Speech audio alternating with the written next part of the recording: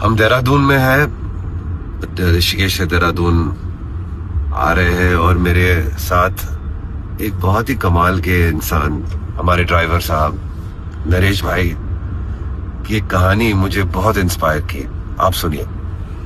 नरेश भाई, नरेश जी। जी सर। बताइए, आप कितने साल से ड्राइव कर रहे हैं? सर 40 इयर्स हो गए मेरे को ड्राइव। 40 साल। वाओ। और ये स्ट्रगल से ही मैंने अपने फैमिली को और बच्चों को सपोर्ट करके आज सक्सेसफुल बना रखा है सबको। कितने बच्चे आपके? 4 हैं सर।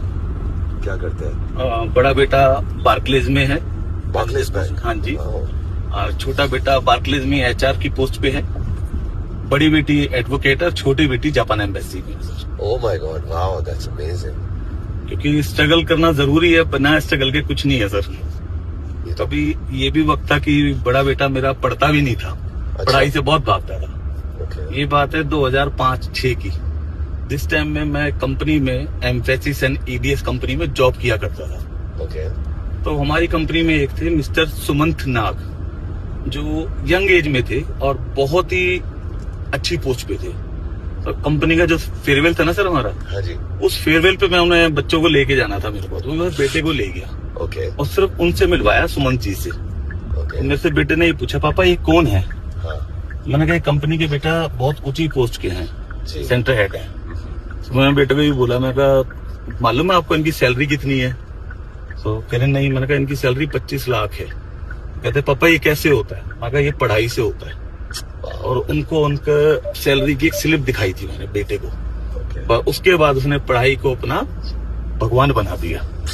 आज वो जिस पोस्ट पे पहले उसने कंपनी ज्वाइन करी, जो कंपनी उसने सबसे पहले ज्वाइन की थी वो थी पिटनी बॉस, अमेरिकन कंपनी। कोविड के बाद वो कंपनी जब बंद हो गई, यहाँ से दिल्ली नोएडा से शिफ्ट हो गई, फिर उसने बार्कलेज ज्वाइन किया। आज वो बार्कलेज में है बेटा, छोटा बेटा भी उसी में है। घर बार मेरा अपना है, सब कुछ है, कोई टेंशन नहीं है। लेकिन बच्चे मना करते हैं मुझे कि काम मत करो किसी भी कीमत पे। लेकिन सर बैठा नहीं जाता। अब जब बैठ जाओ तो घर पे बीमारी पड़ जाती है मेरे को। ले भी गए एक बार डॉक्टर पे, अच्छा, दिखाने के लिए कि भी पापा को इतना पेन क्यों हो रहा है। जब डॉक्टर ने पूछा भाई क्या काम करते हो, मैंने कहा जी ऐसे ऐसे टूरिस्ट व्हीकल चलाता हूँ। और मेरे को छूटते ही बोल दिया डॉक्टर ने कि किस गधे ने तुम्हें बोला बैठने को? मैंने जी आपके सामने खड़ा है बेटा मेरा। उन्होंने बोला कि भी अपने फादर को सही सलामत चाहते हो तो उन्हें जाने दो काम धंधे, बस अपना काम करता हूँ, स्ट्रगल है।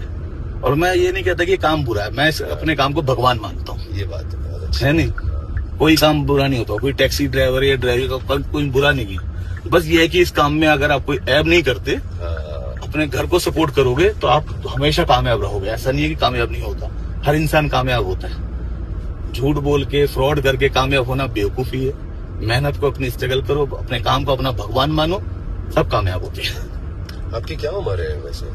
सर 60 एज हो गई मेरी अब। और आप मतलब आप रुकने वाले नहीं है, आप आराम नहीं कर पाएंगे? सर अगर आराम करूंगा तो फिर 2-3 साल ही रह पाऊंगा। नहीं, हम तो बस दुआ करते हैं कि आप 100 साल जिए और आपकी ये कहानी इतनी इंस्पायरिंग और इतनी स्ट्रांग है।